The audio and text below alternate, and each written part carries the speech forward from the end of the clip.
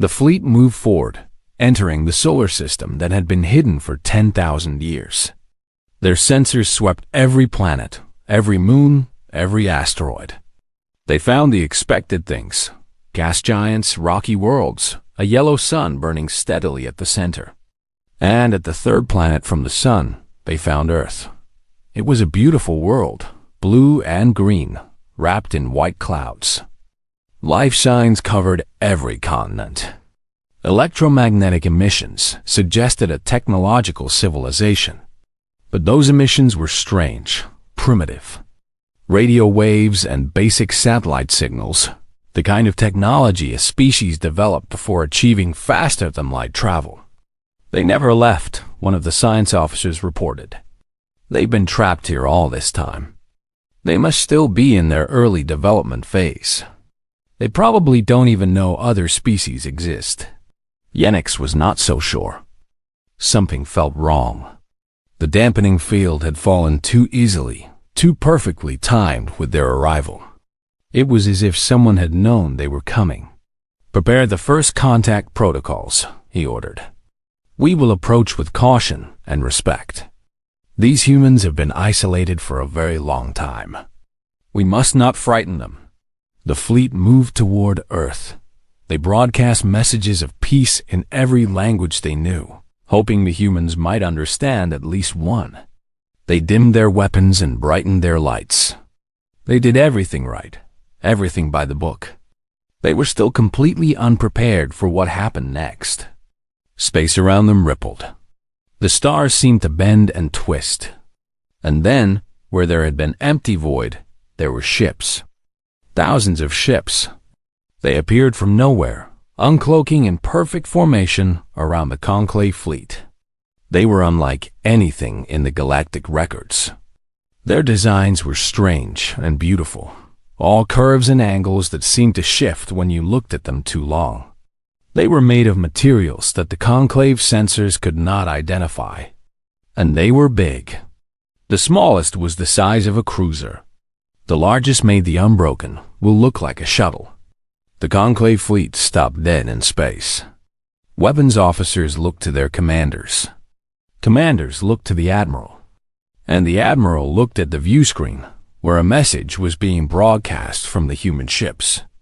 The message was in perfect galactic common, the language of the Conclave, spoken with an accent that sounded almost amused. "Welcome to Sol System," the message said. "We've been expecting you. Please don't be alarmed. We mean you no harm. But we have a lot to discuss, and we've waited a very long time for this conversation." Admiral Yenix found his voice. "This is Admiral Yenix of the Conclave Navy. We come in peace. We did not expect to find you so advanced. Our records indicated." "Your records were wrong," the voice replied. "Intentionally so. Please, Admiral. Ambassador Kethvorin, come aboard our flagship. Let us show you what humanity has been doing for the past 10,000 years." The invitation was polite, but Yenix understood that it was not really a request. These human ships could destroy his entire fleet in minutes if they chose. Whatever power had frightened the precursors, it had not faded during the long years of isolation. If anything, it had grown. He accepted the invitation. He and Kethvorin boarded a shuttle and flew toward the human flagship, a massive vessel that seemed to drink the light around it.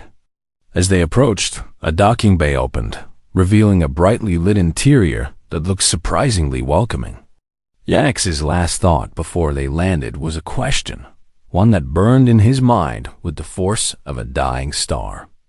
If the humans had all this power, if they had the technology to break the quarantine whenever they wished, why had they stayed hidden? What were they waiting for? And what could possibly be so terrible that they would choose 10,000 years of isolation rather than face it? He had a feeling he was about to find out. And he had an even stronger feeling that he would not like the answer. The shuttle doors opened. The humans were waiting. And the universe was about to change forever. Director Chun laughed, but there was no humor in it. "Help with what, Admiral?" The Hollow cannot be killed by weapons or armies. It cannot be reasoned with or negotiated with. It can only be watched, contained, kept sleeping. And the best way to do that was to make sure no one knew it existed. If the Conclave had discovered the truth, what would they have done? Studied it? Tried to communicate with it? Some ambitious fool would have tried to wake it up and use its power. We have seen it happen before, in the early days of human history. Every attempt to bargain with the Hollow has ended in disaster. So you chose to hide, Cathvorin said. You let the galaxy think you were primitives while you built all of this in secret. We had no choice. The quarantine was the precursor's solution, and it worked for a long time. But the quarantine was always temporary. The machines that powered it were ancient. They were failing. We knew that eventually someone would come looking. So we prepared. Prepared for what? Director Chun looked at them with eyes that had seen things no living being should see. For the day when hiding would no longer be enough. For the day when we would have to face the Hollow directly. For the day when the dreams would become a nightmare. She pressed a button on the wall. The image of Earth on the screen zoomed in, passing through clouds and oceans and rock, going deeper and deeper until it showed a vast underground chamber. In the center of the chamber was something that made Yenix's mind recoil in horror. It was a shape, but not a shape. It was a color, but not a color. It was a thing that existed in ways that reality did not allow, a twist in the fabric of existence that hurt to look at. It was sleeping, clearly sleeping, but even in sleep, it radiated a wrongness that made the Admiral want to run and never stop running. The Hollow, Director Chun said. Our burden. Our purpose. Our prisoner. Cathvorin stepped forward, his 3 hearts pounding. Why are you showing us this now? Why did you lower the quarantine and reveal yourselves after all this time? Director Chun's face was grim. Because something has changed. Because the Hollow's dreams are becoming darker, more frequent, more powerful. Because we have monitored its sleep for 10,000 years. And we know every pattern, every cycle, every tremor of its unconscious mind. She paused. And when she spoke again, her voice was barely a whisper. And because for the first time in our history, the patterns are breaking. The cycles are changing. The tremors are growing stronger. What does that mean? Yenix demanded. It means the Hollow is waking up, Director Chun said. And we cannot stop it alone anymore. Before anyone could respond, alarms began to blare throughout the ship. Red lights flashed on every surface. The image on the screen flickered, and the thing in the chamber seemed to move, to shift, to uncurl like a flower opening to the sun. Director. A human officer burst into the observation room. The readings are off the chart. Something is happening in the vault. The containment fields are fluctuating. Director Chun's face went white. Get to the command center, now. They ran through the corridors, the alarms screaming around them. Yenix did not know what was happening, but he knew it was bad. He could feel it in his bones, a creeping dread that had nothing to do with his own emotions. It was as if something was pressing against his mind, trying to get in. When they reached the command center, a massive room filled with screens and controls, and humans working frantically, the main display showed something that would haunt Yenix for the rest of his life. The thing in the chamber was no longer still. It was moving, writhing, pulsing with a light that was not light. And where it touched the edges of its prison, reality seemed to bend and break. It is reaching out, Director Chun said, her voice hollow. It is touching minds across the galaxy. It is looking for an opening. It is waking up. Yenix thought of his fleet, of his crew, of all the billions of beings across the Conclave who had no idea what was about to happen. What do we do? Director Chun turned to face him. Her eyes were steel. You do what you came here to do, Admiral.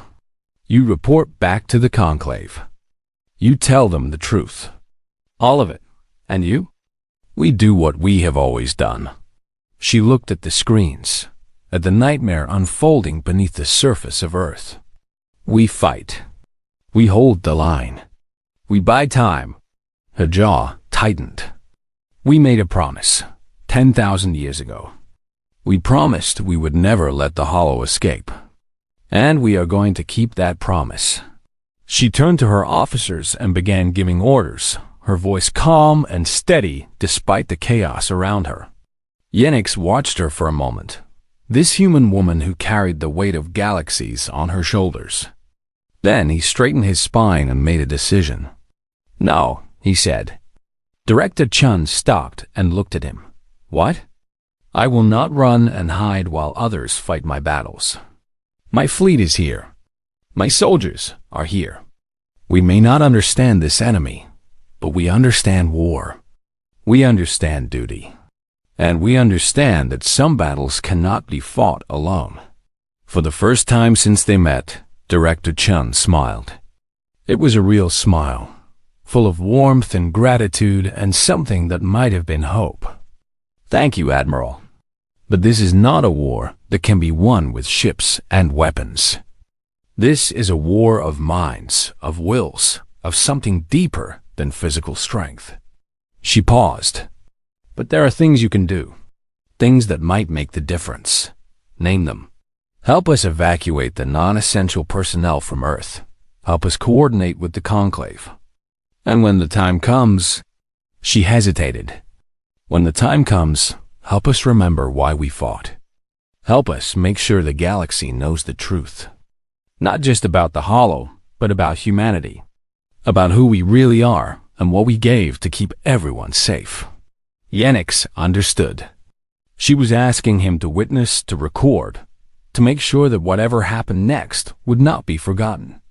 I will, he promised. On my honor as a Korath, I will. The alarms continued to scream. The screen showed horrors that should not exist. But in the command center of the human flagship, surrounded by chaos and terror and the looming shadow of an ancient evil, two species stood together for the first time. The war for the galaxy had begun, and humanity would not fight alone.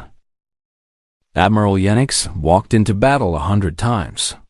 He had faced enemies that could tear starships apart with their minds. He had stood firm when lesser beings would have run. But as he stepped off the shuttle into the human flagship, his legs trembled. It was not fear that made him shake. It was confusion. Everything he thought he knew about the universe had just been proven wrong, and his mind was struggling to catch up. The docking bay was enormous, larger than any he had ever seen. The walls were made of a white material that seemed to glow from within. The floor was perfectly smooth, without a single seam or joint. Gravity felt normal, but something about it was different, more controlled. It felt like the humans could change the gravity at will, could make them float or crush them flat with a thought. A delegation of humans waited at the end of the bay. There were 5 of them, dressed in simple gray uniforms that showed no rank or decoration. They looked unremarkable at first glance. Soft skin, no scales or armor. Thin limbs that could not possibly match a Korath's strength. 2 eyes, 1 nose, 1 mouth. They seemed fragile, breakable, but their eyes told a different story. Their eyes were old. Not old like Kefvorin, who had lived for 3 centuries. Old like the stars themselves, carrying the weight of ages in their gaze. The human at the center of the group stepped forward. She was of medium height with dark skin and hair that was white despite her young face. She moved with the easy grace of someone who was completely in control, someone who had nothing to prove and nothing to fear. Admiral Yenix. Ambassador Kefvorin. I am Director Amara Chun. Welcome to the Aegis. She spoke in perfect galactic common, without any translation device that they could see. Please, do not be alarmed by what you see. I know this must be confusing for you. Kefvorin found his voice first. Confusing is an understatement, Director. We came expecting to find a primitive species that had never left their planet. Instead, we find." He gestured at the massive ship around them. "This," Director Chun smiled. It was a kind smile, but there was something sad in it too. What you expected was exactly what you were meant to expect. The primitive radio signals, the basic satellites, the appearance of early development. All of it was a show.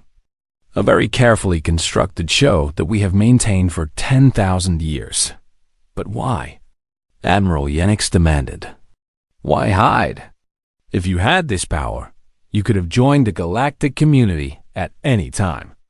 You could have been a major force in the conclave. Why choose isolation? Because isolation was the only way to keep everyone safe, including you. Director Chun turned and began walking toward a large door at the far end of the bay. "Please, come with me. I will explain everything, but first, I want to show you something. It will help you understand."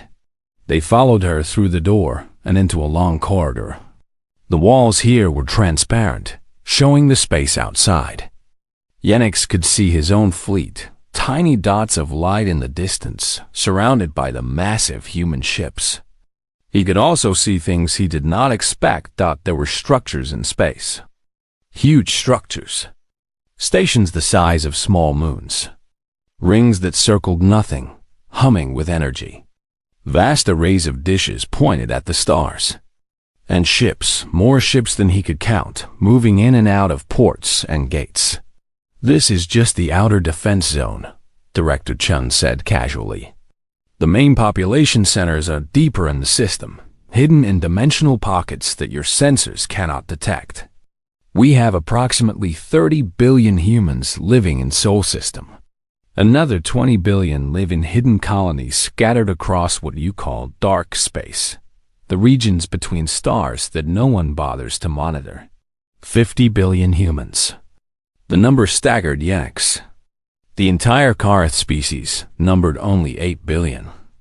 The humans had created a civilization larger than many conclave species combined, and no one had known. How is this possible? Kethvorin whispered. How did you develop so quickly? You were trapped. You had no access to the galactic knowledge base, no trade, no exchange of ideas. You should be struggling to reach your own moon, not building.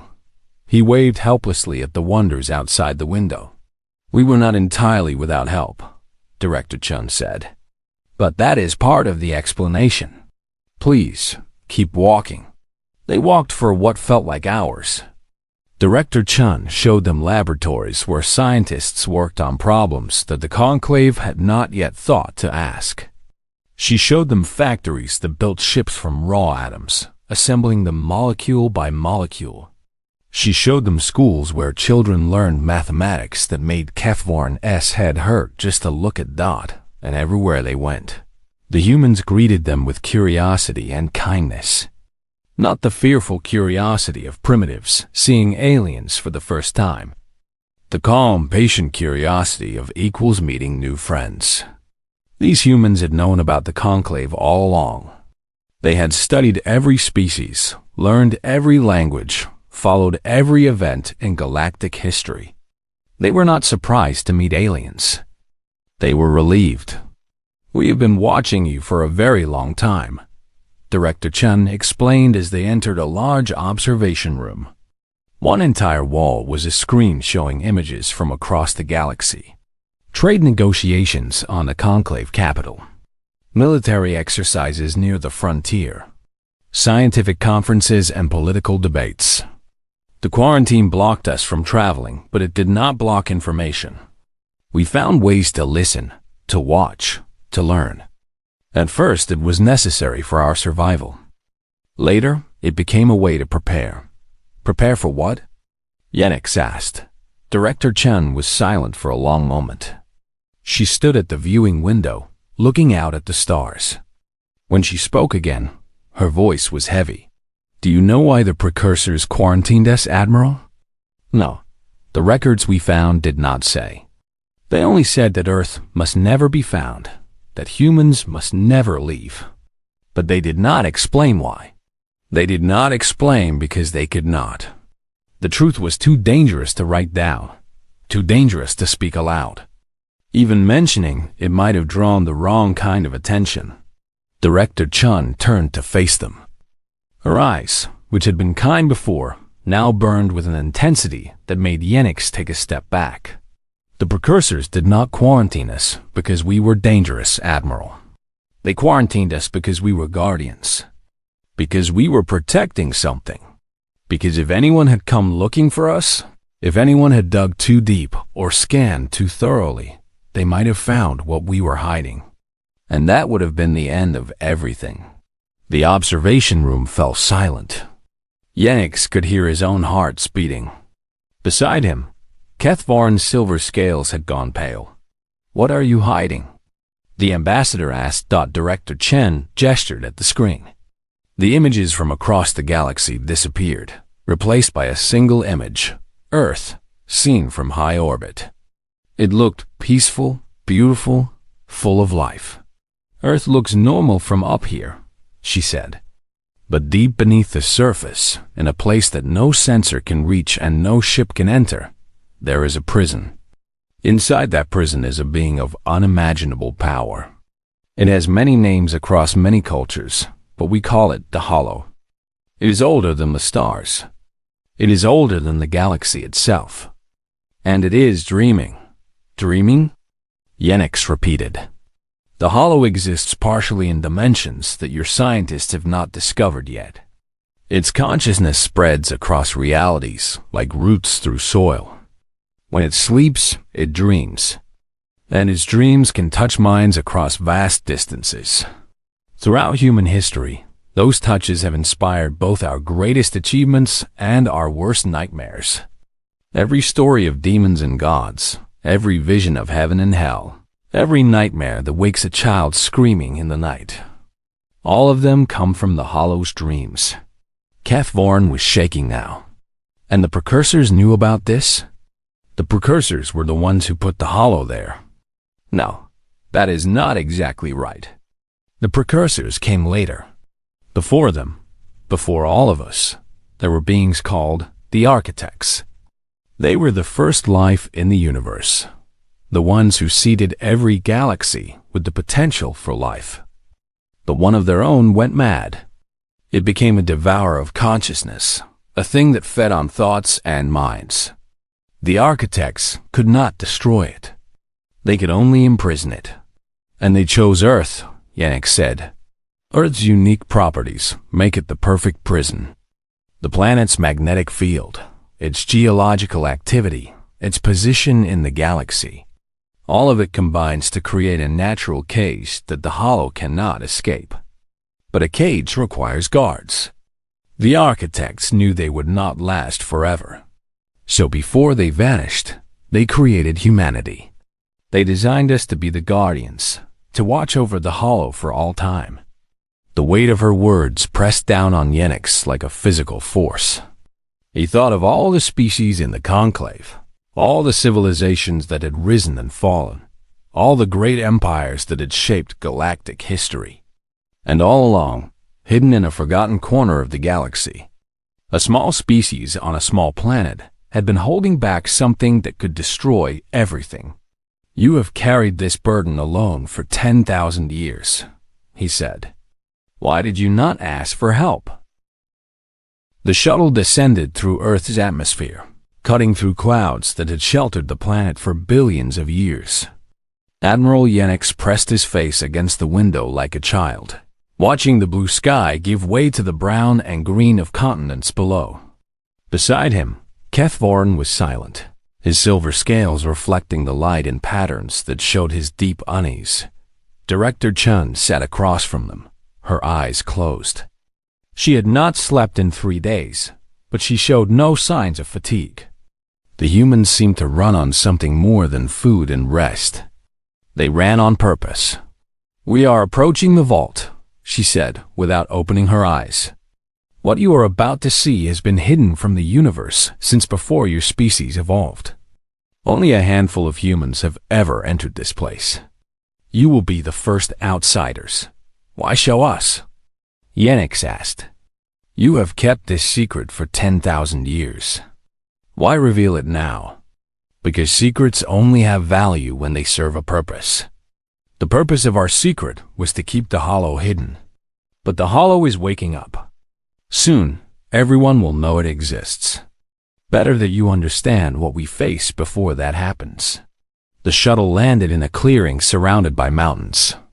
The location looked unremarkable, just another patch of wilderness on a planet covered with wilderness.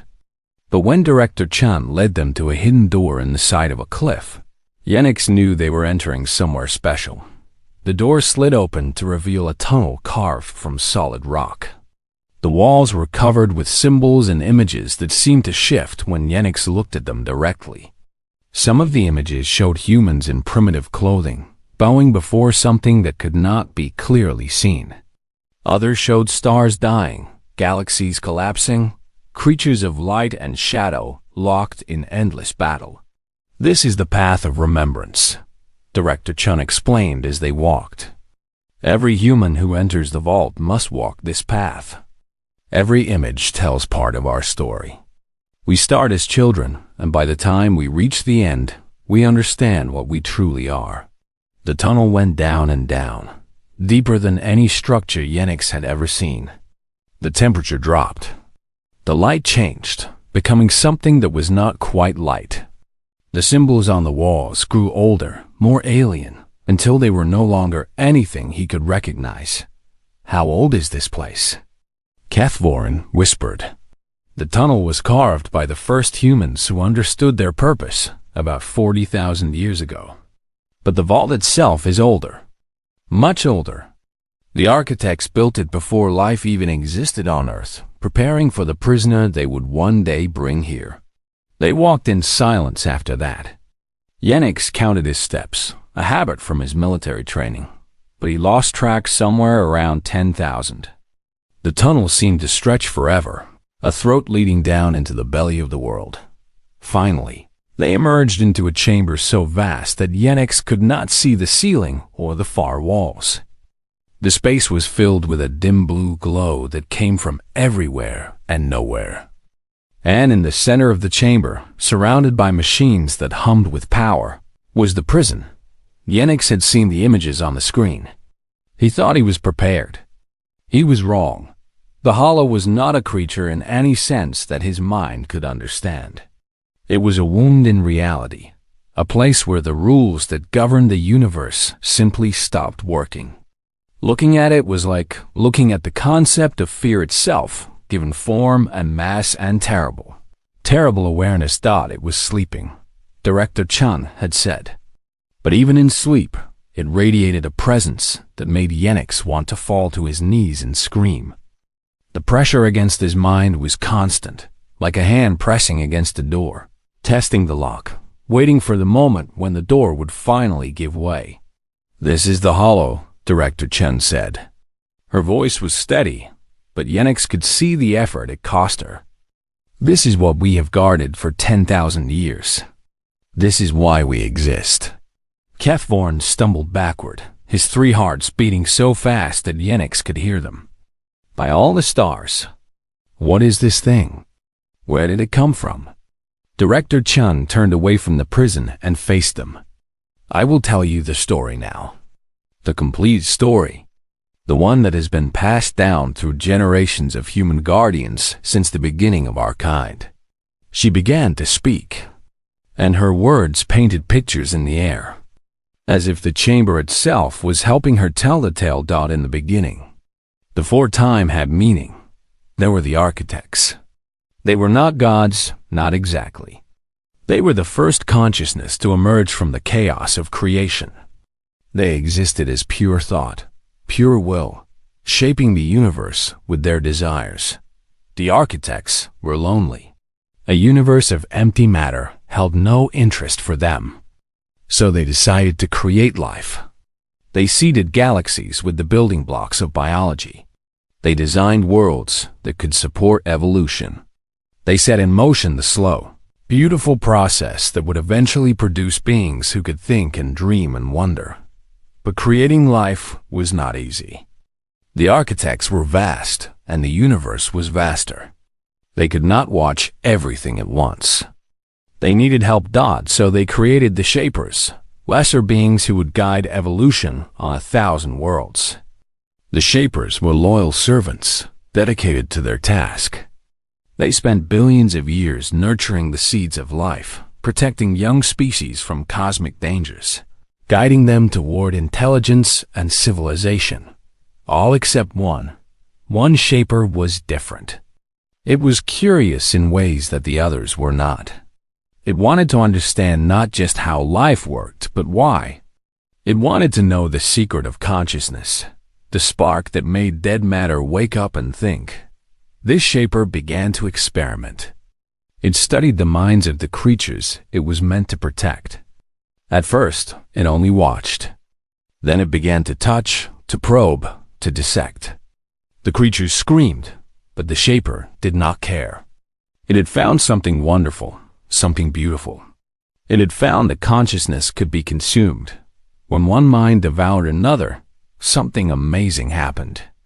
The consumer became more intelligent, more powerful, more aware.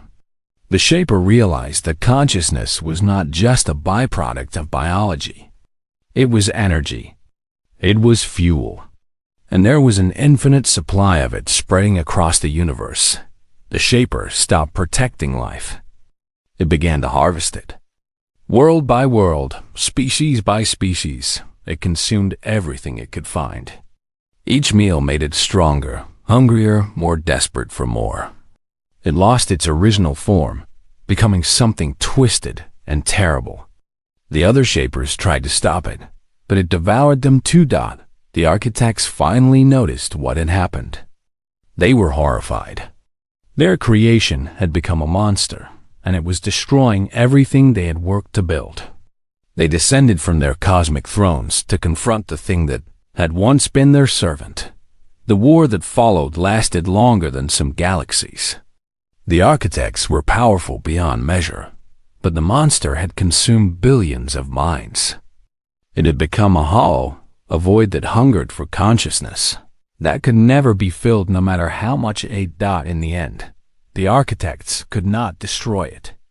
The hollow had grown too strong, too clever, too deeply woven into the fabric of reality. Killing it would have torn the universe apart. So they did the only thing they could. They trapped it. Using all their remaining power, the architects forced the hollow into a prison of living energy and dimensional chains. They bound it in a cage that existed in multiple realities at once, so that it could not escape through any single door. And they placed this cage on a young volcanic world in an unremarkable galaxy. A world whose unique properties would keep the prison stable for billions of years. That world was Earth. But the architects knew they would not live forever. The war had wounded them badly. They were fading, returning to the cosmic void from which they had come. Before they vanished, they needed to ensure that the prison would be watched, that someone would always be there to keep the hollow sleeping. They could not trust the task to existing species. The temptation of the hollow's power was too great. They needed a species that was designed from the beginning to resist that temptation. A species that would remember its purpose across thousands of generations. So they created humanity. They took the primitive apes that were evolving on Earth and shaped them, changed them, gave them gifts that no other species possessed. They gave humans stubborn wills that could resist mental intrusion. They gave humans tribal instincts that made them fiercely protective of their communities. They gave humans the ability to tell stories, to pass knowledge from generation to generation without losing the core truth. And they gave humans a deep instinctive fear of things that did not belong in their reality. Every human culture had stories of monsters and demons, not because they were superstitious, but because they could sense the hollow's dreams pressing against their minds. The fear was a warning system, a reminder that something terrible lurked beneath their feet. The architects gave one final gift before they vanished: knowledge. They appeared to the first human shamans in visions and dreams, teaching them the truth about the Hollow and their purpose as guardians. They established rituals and traditions that would keep the knowledge alive. They created secret orders that would pass the torch from generation to generation. And then they were gone, leaving humanity alone with the most dangerous thing in the universe. Director Chun finished her story and looked at her stunned audience. Yennex could not speak. His mind was reeling with the implications of what he had heard. So all of human history, Kethvorin began. All of human history has been shaped by our purpose, Director Chun confirmed. Every religion, every mythology, every legend of heroes fighting monsters, all of it is connected to the Hollow. We fought wars because we are warriors by design. We built civilizations because we needed to be strong enough to fulfill our duty. Even our cruelty and our violence have a purpose. We had to be hard, to be resilient, to be capable of facing horrors that would break other species. But you also created beauty, Yennex said. Art, music, literature. Love and compassion and dreams of a better future. Director Chun smiled sadly. Yes, the architects gave us those things too. They knew that a species built only for war would eventually destroy itself. So they gave us reasons to live, to love, to hope. They made us monsters and artists, killers and dreamers, all at once. They made us human. The chamber trembled. The blue glow flickered. And somewhere in the heart of the prison, something stirred. It is getting worse, Director Chun said. The Hollow has been sleeping for billions of years. But even in sleep, it dreams. And its dreams have been growing darker. More aggressive. More focused. What changed? Yennex asked. We do not know for certain. Perhaps it sensed that the quarantine was weakening. Perhaps it knows that humans have grown stronger. Perhaps it simply reached a natural point in its cycle where it starts to wake up. Director Chun shook her head. Whatever the cause, the effect is clear. The Hollow is trying to break free, and it is closer to success than it has ever been before. What happens if it escapes? Kethvorin's voice was barely a whisper. It feeds. It starts with the minds closest to it, then reaches further and further. Every conscious being in the galaxy becomes food. Within a few centuries, every intelligent species would be devoured, their consciousness absorbed into the Hollow's endless hunger. Within a few thousand years, it would spread to other galaxies. Eventually, it would consume everything that thinks, everything that feels, everything that dreams. There would be no one left, Yennex said. There would be nothing left. Just the Hollow, alone in a universe of empty matter, forever hungry, forever unfilled. Director Chun looked back at the prison. That is what we have been fighting to prevent. That is why we stayed hidden, why we built our secret civilization, why we prepared for this day. Because we knew it would come eventually. We knew the sleeper would wake. A human officer approached, his face pale. Director, the readings are getting worse. The containment fields are at 70%. At this rate, we have maybe 3 days before they fail completely. 3 days, Director Chun repeated. Then we have 3 days to do what generations of Guardians could not. 3 days to end this forever. How? Yennex demanded. You said yourself that the architects could not destroy the Hollow. If beings that powerful failed, how can we succeed? Director Chun's eyes met his, and in them he saw something that surprised him.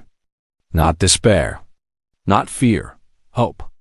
The architects could not destroy the Hollow because they still loved it. It was their creation, their child, twisted and terrible, but still theirs. They could not bring themselves to deliver the final blow.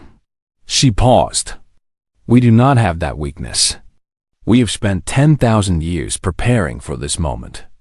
We have developed weapons that the architects never imagined. We have trained warriors who can enter the Hollow's dreams and fight it in its own realm. We have studied its prison and found the weak points. The places where a carefully targeted strike could collapse the dimensional chains and scatter its consciousness across realities so vast that it could never reform. You have a plan, Kethvorin said. We have always had a plan.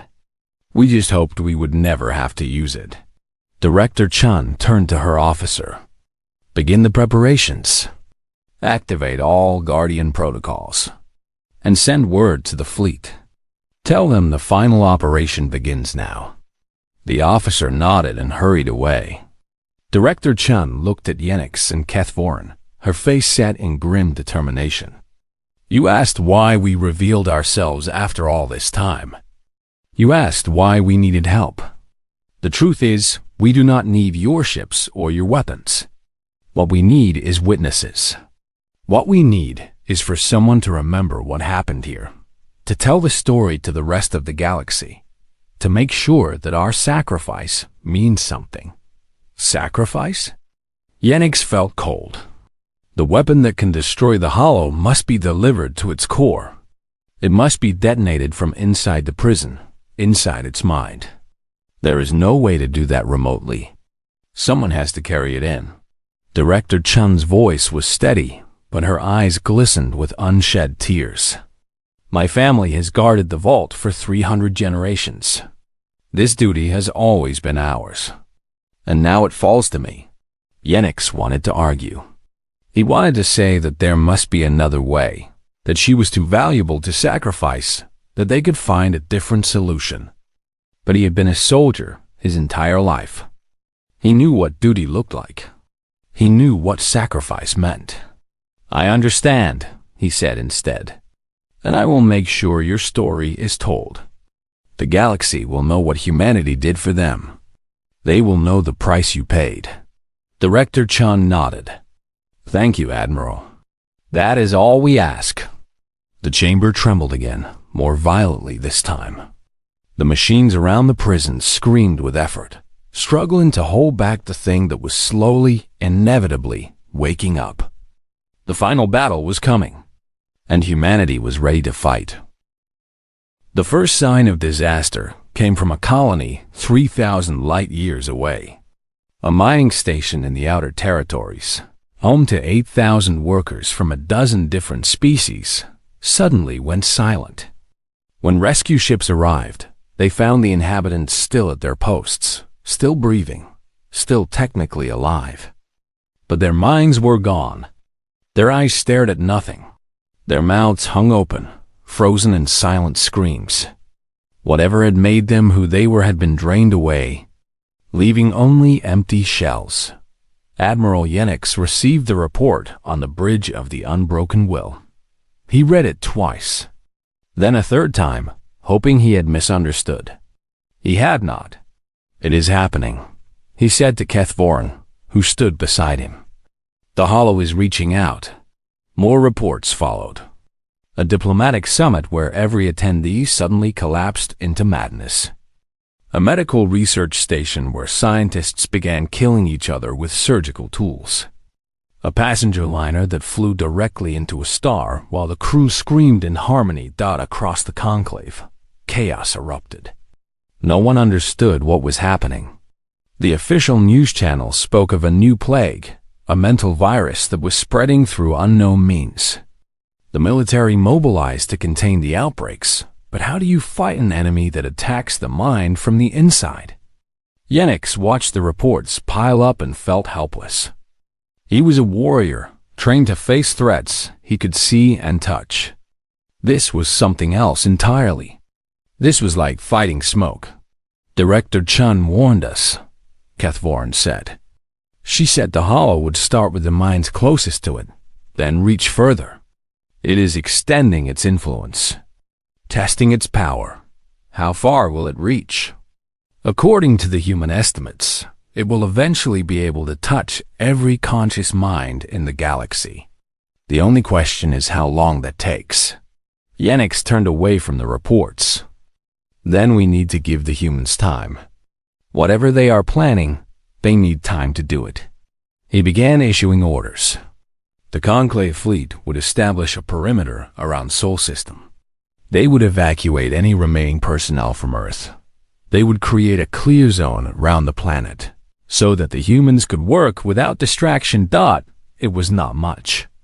It was almost nothing compared to the scale of the threat. But it was what he could do. On Earth, Director Chun was preparing for war. The vault had been transformed. The ancient chamber now bustled with activity as thousands of humans worked on machines and devices that Yenix could not comprehend. Some of the machines were clearly weapons, vast arrays that hummed with barely contained energy. Others seemed to be medical equipment, pods and chairs designed to hold human bodies while doing something to their minds. Director Chun stood at the center of it all, giving orders with calm precision. She had not slept in 5 days. She did not need to. Her body was enhanced with technology that pushed it beyond normal limits. She could stay awake for weeks if necessary, and it was necessary. The containment fields around the Hollow's prison were failing faster than predicted. They had days, perhaps hours, before the ancient chains would snap completely. "The psychic warriors are ready," reported a young officer. 10,000 volunteers, all trained for exactly this mission. "They are entering the pods now." Director Chun nodded. "Good. Begin the synchronization process." The pods hummed to life. Inside them, 10,000 humans closed their eyes and let their consciousness slip free from their bodies. They had trained their entire lives for this moment, learning to project their minds into realms that most species could not even perceive. They were dreamwalkers, ghost soldiers, warriors of the mind, and now they would enter the Hollow's own territory. They would fight it in its dreams. The psychic warriors found themselves in a landscape that defied description. It was not a place in any physical sense. It was a state of being, a dimension of pure thought and emotion. The ground beneath their feet was made of memories. The sky above was woven from nightmares. And everywhere, pressing in from all sides, was the presence of the hollow dot. It knew they were there. It had always known. And it was amused. The first wave of warriors died in seconds. The hollow crushed their consciousness like insects, absorbing their minds into its endless hunger. They did not scream. They did not fight. They simply ceased to exist. But more warriors came. And these were ready. They carried weapons forged from human determination, shields built from human hope. They fought with tactics developed over generations of study, strategies designed to confuse and weaken an entity that had existed since before time began. The Hollow had never faced anything like this before.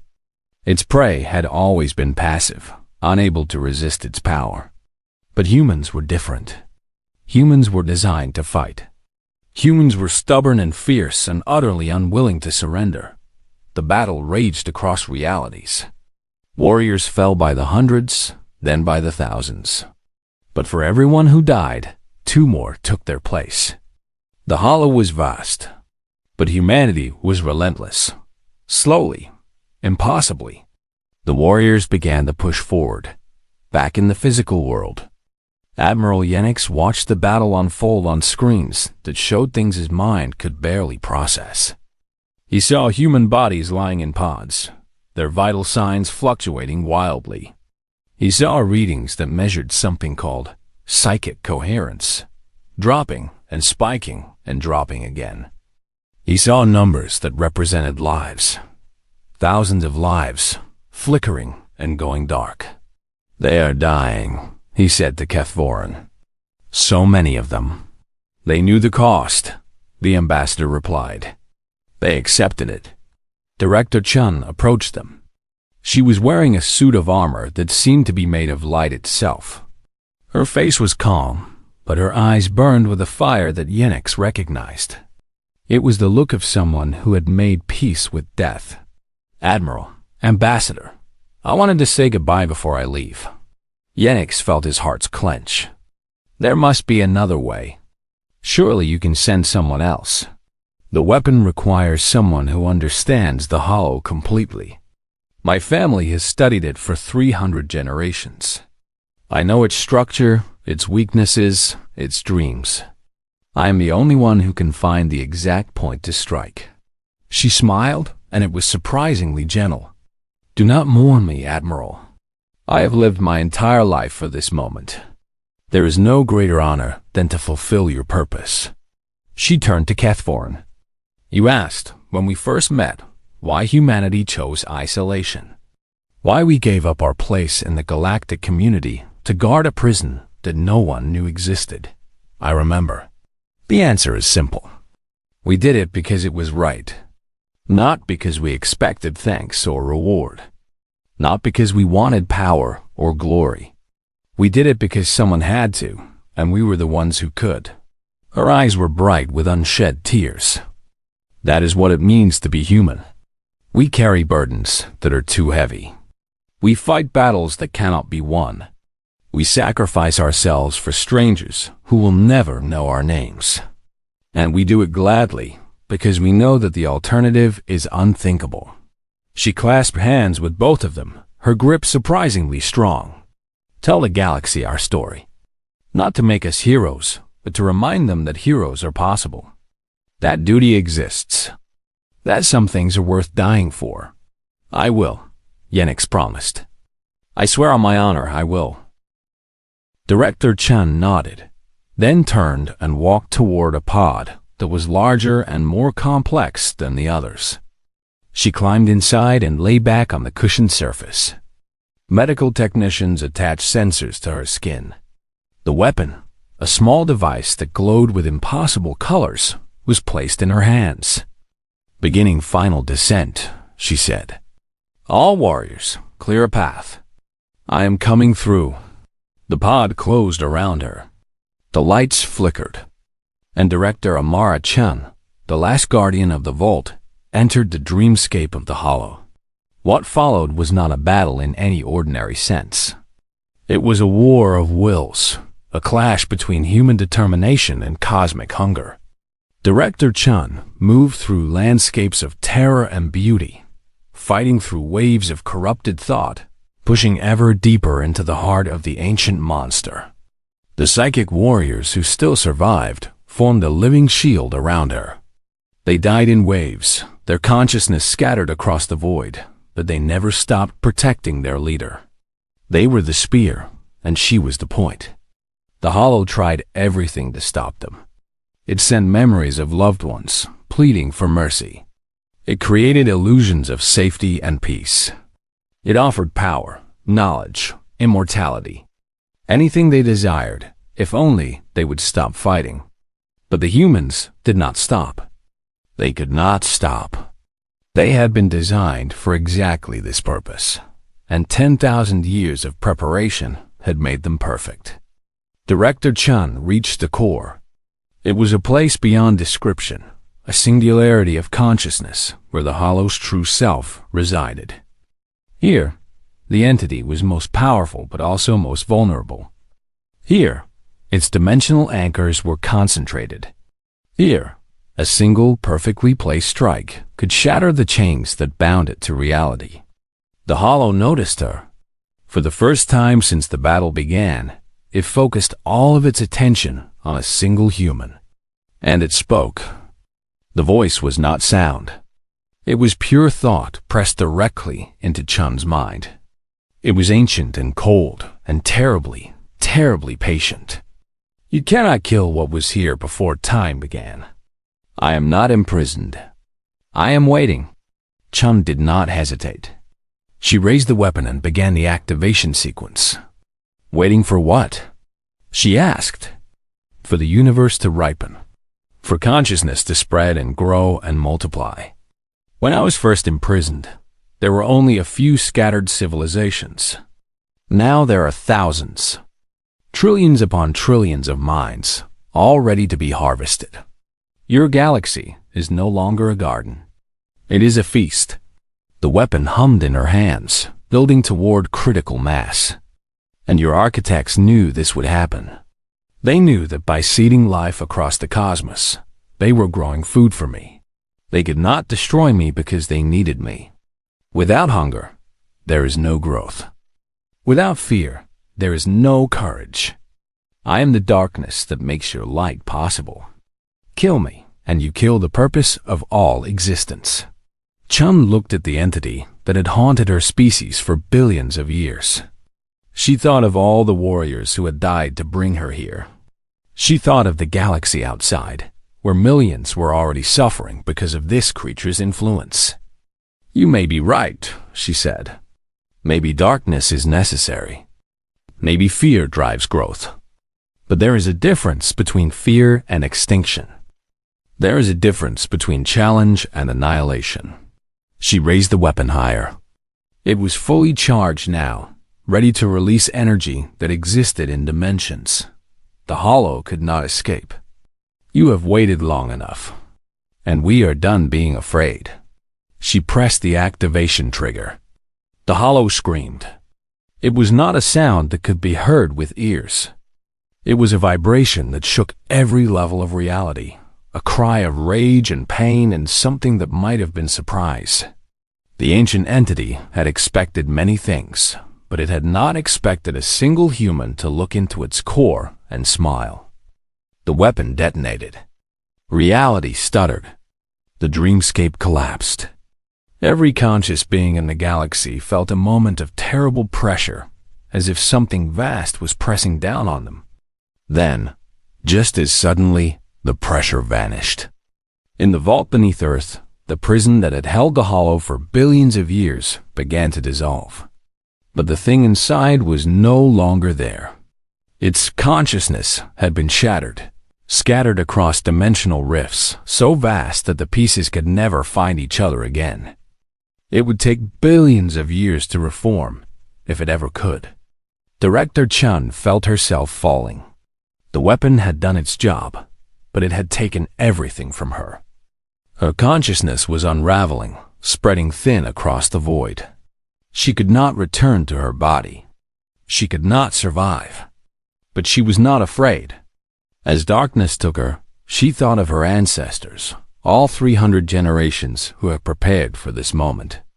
She thought of her people, who would finally be free to live without the burden of guardianship. She thought of the galaxy, which would never know how close it had come to extinction. She thought of hope. And then she was gone. In the command center of the human flagship, alarms fell silent. The screens that had shown chaos and battle now showed peaceful emptiness. The containment fields, which had been failing moments before, now held nothing but empty space. A technician looked up, tears streaming down his face. It is done. The hollow is gone. We won.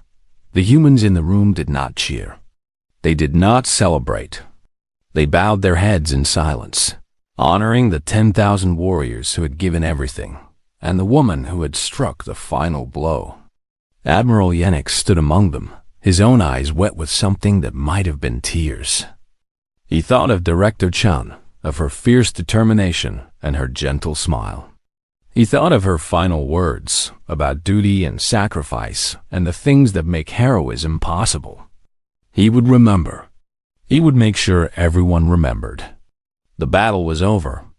The war was won. But the cost had been almost too high to bear.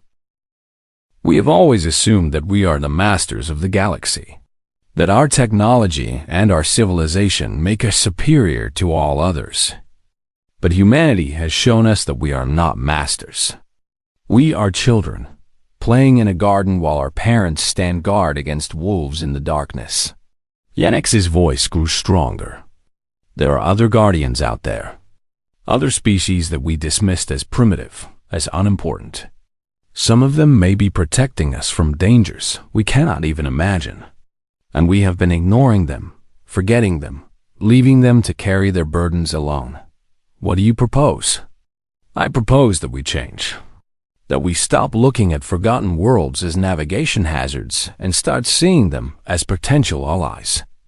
That we develop new protocols for encountering isolated species. That we ask questions before we make assumptions. Yenix paused. Humanity did not ask for our help. They did not need our help. But they welcomed us when we came. Perhaps other guardians will do the same if we approach them with respect. The council debated for days. Factions formed and dissolved. Old prejudices clashed with new understanding.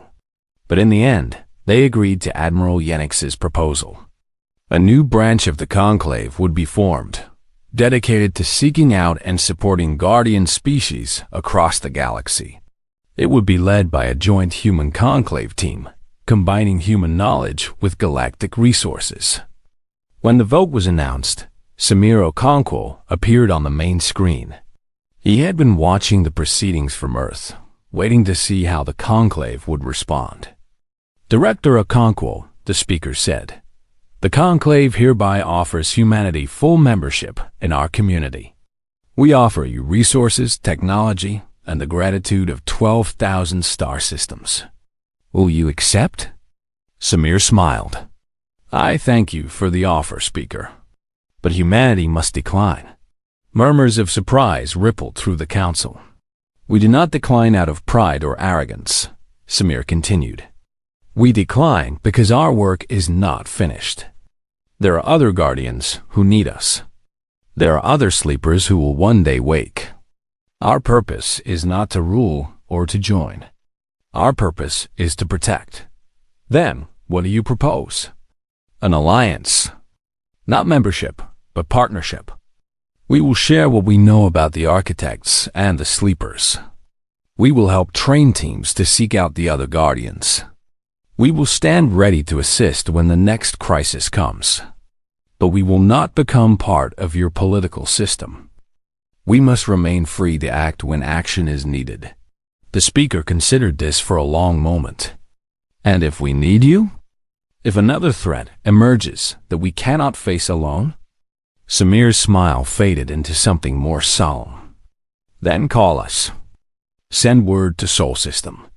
And we will come. We will always come. That is our promise, the same promise we made to the architects 10,000 years ago. We are the guardians. We do not abandon those we protect." The alliance was formed. It was not the relationship the Conclave had hoped for, but it was better than anyone had expected. Humanity would remain independent, but they would also remain connected. Two civilizations, once separated by fear and secrets, now united by shared purpose. In the months that followed, expeditions began to launch. Human scouts, paired with Conclave diplomats, traveled to worlds that had been marked as quarantine zones or navigation hazards. They approached carefully, respectfully, always ready to retreat if unwelcome. On some worlds, they found nothing. The sleepers had died long ago, or escaped, or simply never existed. But on others, they found exactly what they were looking for. On a frozen moon orbiting a dying star, they found a species of crystalline beings who had guarded an icebound horror for 500,000 years. The beings were surprised to have visitors. They were more surprised to learn that they were not alone.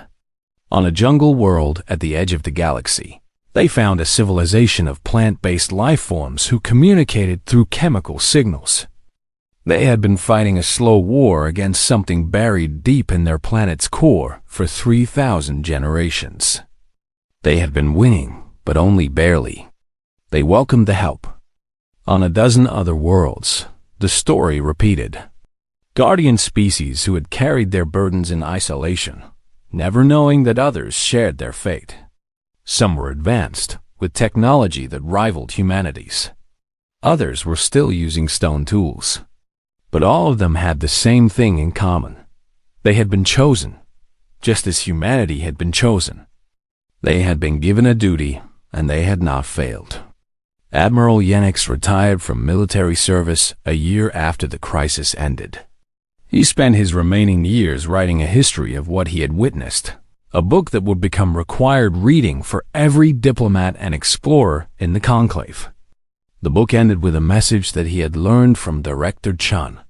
The universe is vast and old and full of terrors, beyond our imagination. But it is also full of guardians. On forgotten worlds, in hidden corners of the galaxy, There are species who have dedicated themselves to protecting life from the darkness. They do not ask for thanks.